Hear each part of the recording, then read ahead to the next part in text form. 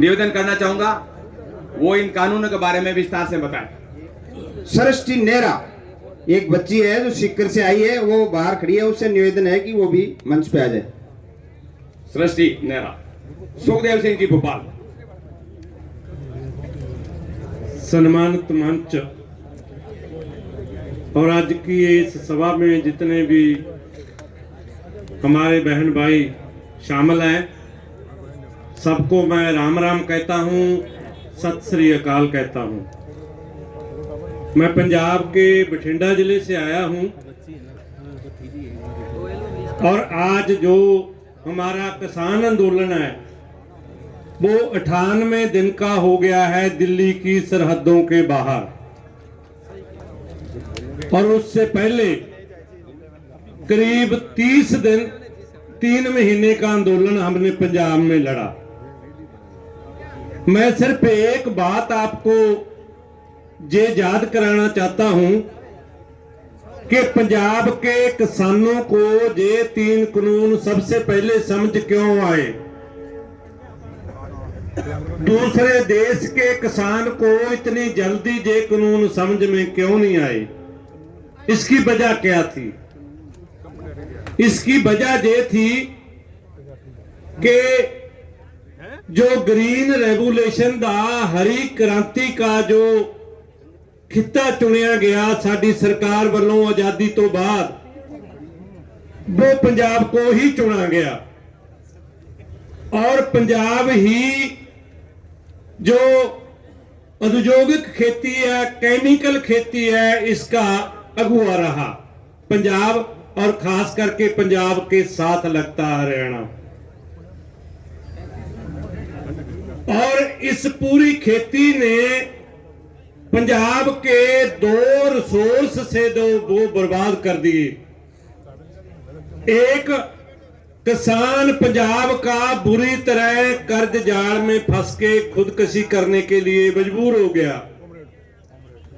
दूसरा, हमारे प्राकृतिक संसाधन, चाहे हमारी जमीन है, हमारी मिट्टी है, हमारा पानी है और हमारा हवा है और हमारा भोजन है, ये सारे का सारा जहरीला हो गया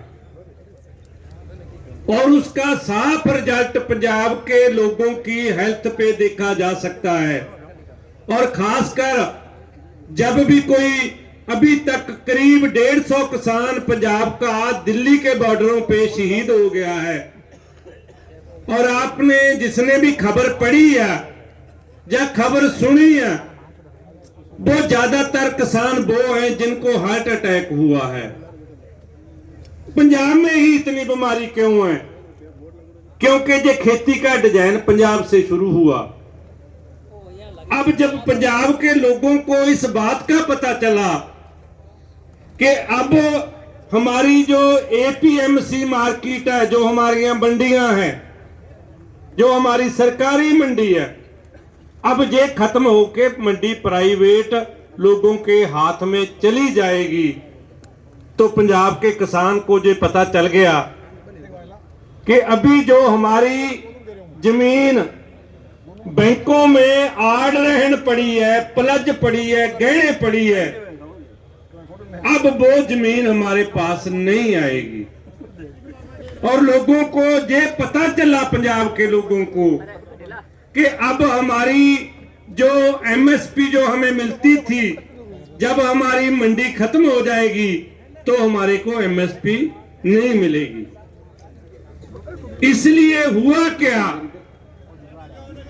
कि पंजाब के लोगों को ये बात समझ में आई, और हम आपको एक बात ये कहना चाहते हैं कि अगर ओपन मंडी आती है, हमारी मंडी बंद हो जाती है, तो इसका अकेला असर किसानों पे नहीं पड़ेगा।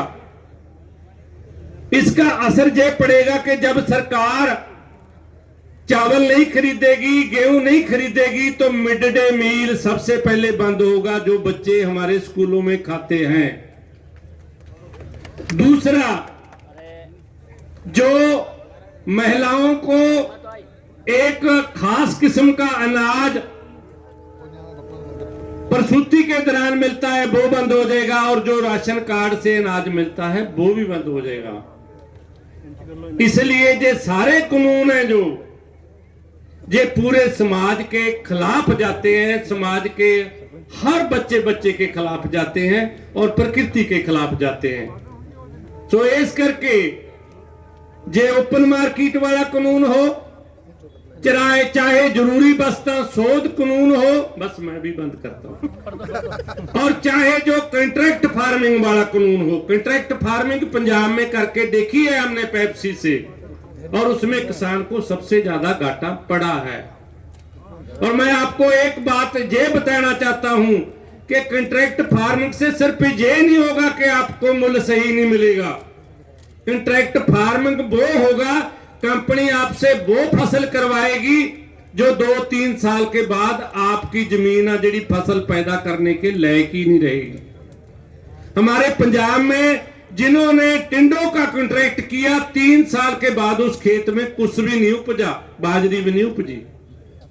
इसलिए जो पूरी अपनी जमीन खोने का जो प्लान है, हमारी रोटी खोने का जो प्लान है, जे सरकारें बना चुकी हैं, कंपनियां बना चुकी हैं, कारपोरेट घराने जे पूरे की पूरी स्कीम बना चुके ने। सो इसका इलाज सरकार बदलने से, नेता बदलने से नहीं होगा।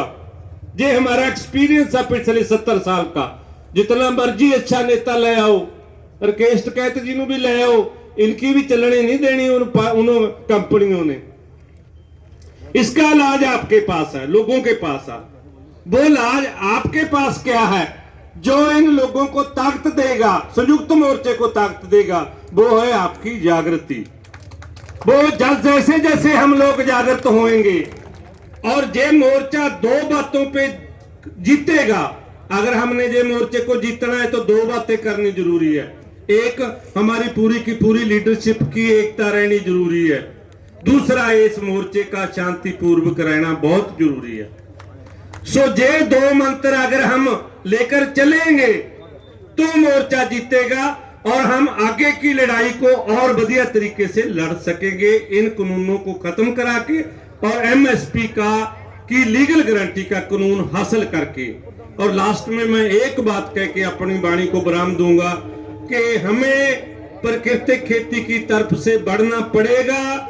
हमें कारपोरेट घराने के यूरिया, डीएपी, पेस्टिसाइड, वो जो भी हम फसलों में डालते हैं, जो हमारी थाली को जहरीला बना रहा है, जो हमारे बच्चों की सेहत को बर्बाद कर देगा, जो हमारे नौजवानों की सेहत को बर्बाद कर देगा, उसका बाईकाट करना पड़ेगा।